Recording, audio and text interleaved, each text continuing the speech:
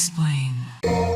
Hello and welcome back to Legends Explained. I'm Tony with the Aether Drop, and today we're talking about this guy right here. Yes, that is Symbiote Spider-Man, and I am very excited to talk about this guy. I do enjoy a good comic book every now and then. I am more of a DC person than a Marvel person, but gosh darn it, it was super fun to jump back in and just like really dive into some comic books. I haven't done that in a while. I'm not going to get too in the weeds with like who Spider-Man is, why he's got the black suit. What the hell? And who's Venom. This is going to be a very broad overview because I'm pretty sure most people know who Spider-Man is, and we don't want to waste too much time with that when there's a very new cool commander with a very new cool deck tech that I've prepared for you. So please enjoy this relatively short lore section that I've prepared, and be sure to like and subscribe. Let me know if I missed anything or you want to know more about the black suit, Venom, or Spider-Man. I definitely do plan to do more things from the Spider-Man set other than just this card. I just got very excited when I saw this because I don't know, I really dig the art, so I wanted to jump in and make this one as quickly as possible. And of course, as always, there's a time code down below for those of you who want to skip the lore and get right to the deck tech, but it's only like a minute. I promise you, this time it's worth watching. I did some funny stuff this time. Spider-Man first appeared in Amazing Fantasy number 15. After being bitten by a radioactive spider, a boy named Peter Parker gets powers and becomes the Amazing Spider-Man. Flash forward to the 1984 Marvel crossover event Secret Wars, where Spider-Man gets a new black suit made from an alien substance, later revealed to be a living symbiote. When Peter returns to Earth in Amazing Spider-Man number 252, he wears the black suit until he realizes it's alive and tries permanently bonding with him. He rejects it in Web of Spider-Man number 1, 1985, using the sound of church bells, just like in the Sam Raimi Spider-Man movie. The new symbiote finds a host in Eddie Brock, but that's mostly irrelevant to our story here today. The classic suit that we know as the Spider-Man black suit is nothing more than a symbiote named Venom who tries to take advantage of him. Venom has taken on a variety of hosts in the comics. This is including but not limited to the Hulk, Thor, Iron Man, She-Hulk. This better not awaken anything in me. I mean, literally you name a Marvel character and Venom has venomized that character at some point or another. This is what our commander's second ability references. It amplifies characteristics of its host. This could be dangerous. Alright, so let's check out our Symbiote Spider-Man Commander deck, starting of course with our commander, Symbiote Spider-Man. This is a legendary creature, Symbiote Spider Hero for 2 and a Demir color pip, and it's also a 2/4. When this creature does combat damage to a player, look at that many cards from the top of your library, put one of them to your hand and the rest into your graveyard. And then he has the named ability Find New Host for 2 and a Demir pip.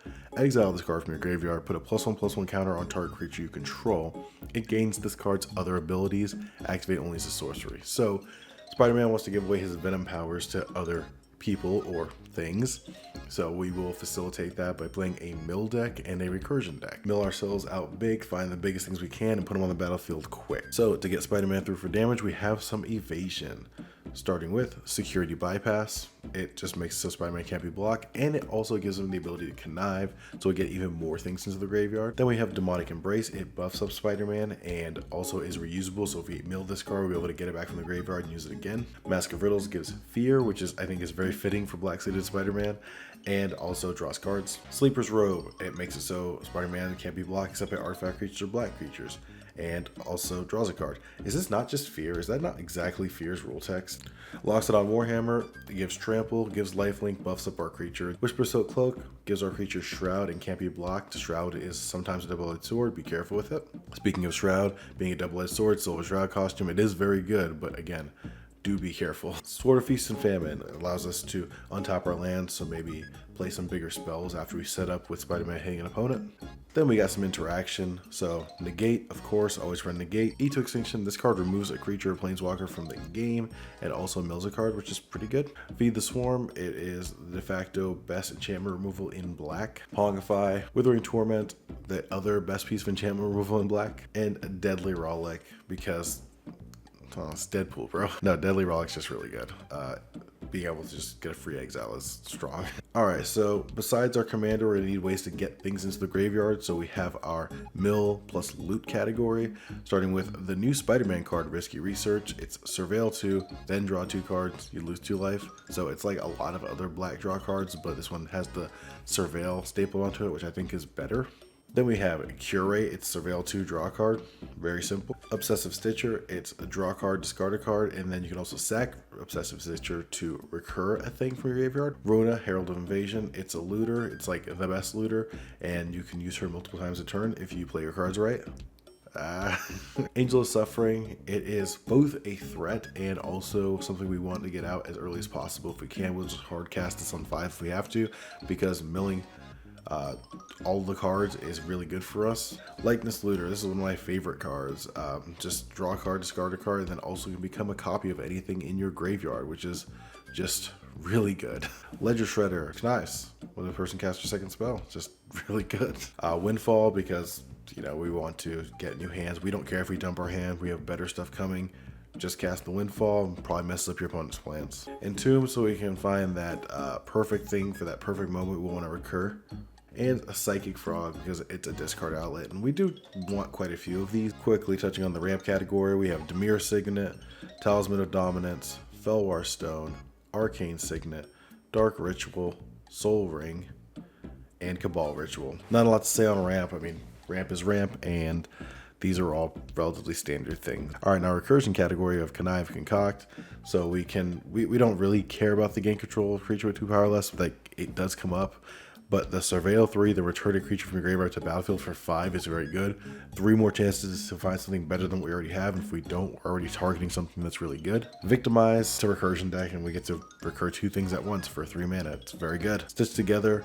Reaching Threshold is very easy for us because we are a mill deck. So you're almost always just putting a creature right onto the battlefield with us for 2 black mana. That's not bad. Living Death can be a real blowout to other graveyard decks in your pod, and a real boon to you because you're going to have a lot of stuff in your graveyard. You're going to set up for this before casting it, and then you're just going to probably win the game. Animate Dead. Yeah, we're recurring things. Same thing with Reanimate. We are just recurring things. We want to have this. And of course, Necromancy for the exact same reason. We just want to pull things out of our graveyard. We're going to be setting up a lot for the graveyard, and we want to pull things out. Then we have our threats. So we have some of my favorite blue and black cards. These are not necessarily the best blue and black cards in all of Commander. These are cards that I think personally are very cool and are going to also be effective.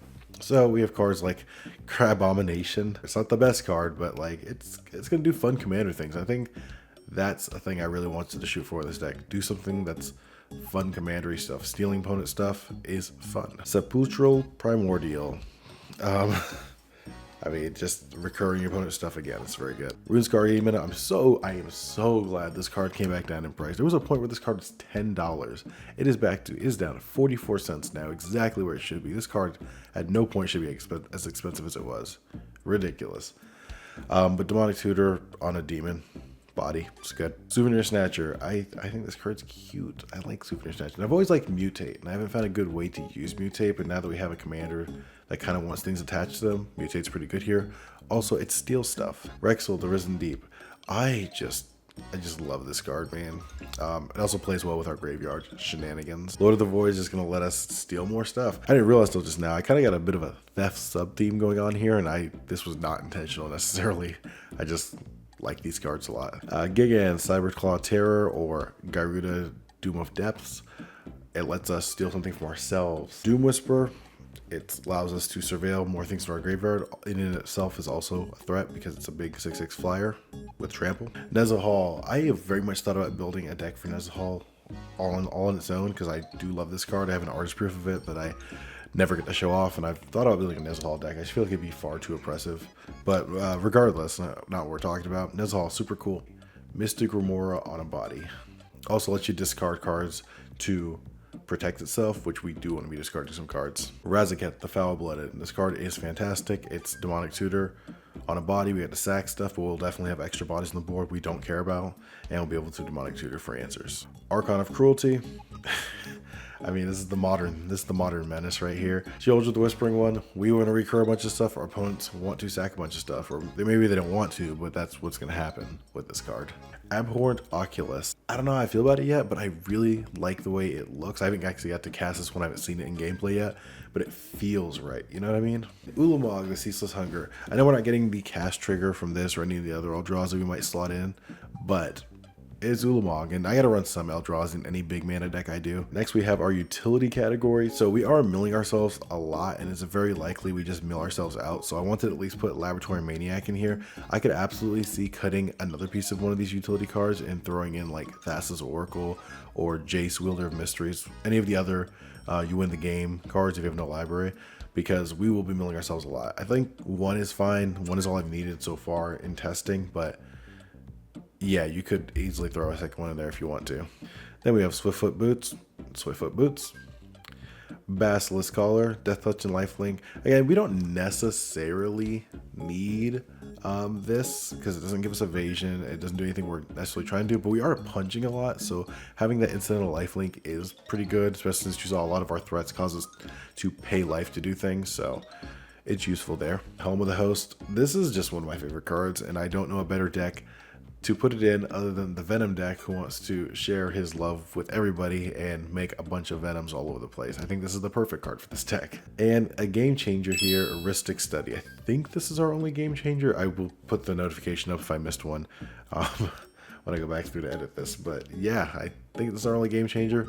Heuristic Study, we want to draw cards, we want to have a lot of cards. We don't even care if we discard the cards at the end because we want cards in the graveyard, so it's card selection. And our final category is the graveyard specific category, so we have cards like Arden the Usurper here, so we can exile some stuff from our graveyard and then get them back as 5/5 demons so we can get all their effects. Sir Conrad, because things are going to be leaving our graveyard a whole bunch. Wonder, where you just want to get this in the graveyard, keep this in the graveyard, leave it alone. Giving all of our stuff flying, all the stuff that doesn't have flying is going to make it much bigger threats. And Snapcaster Mage, of course, to reuse some of our spells.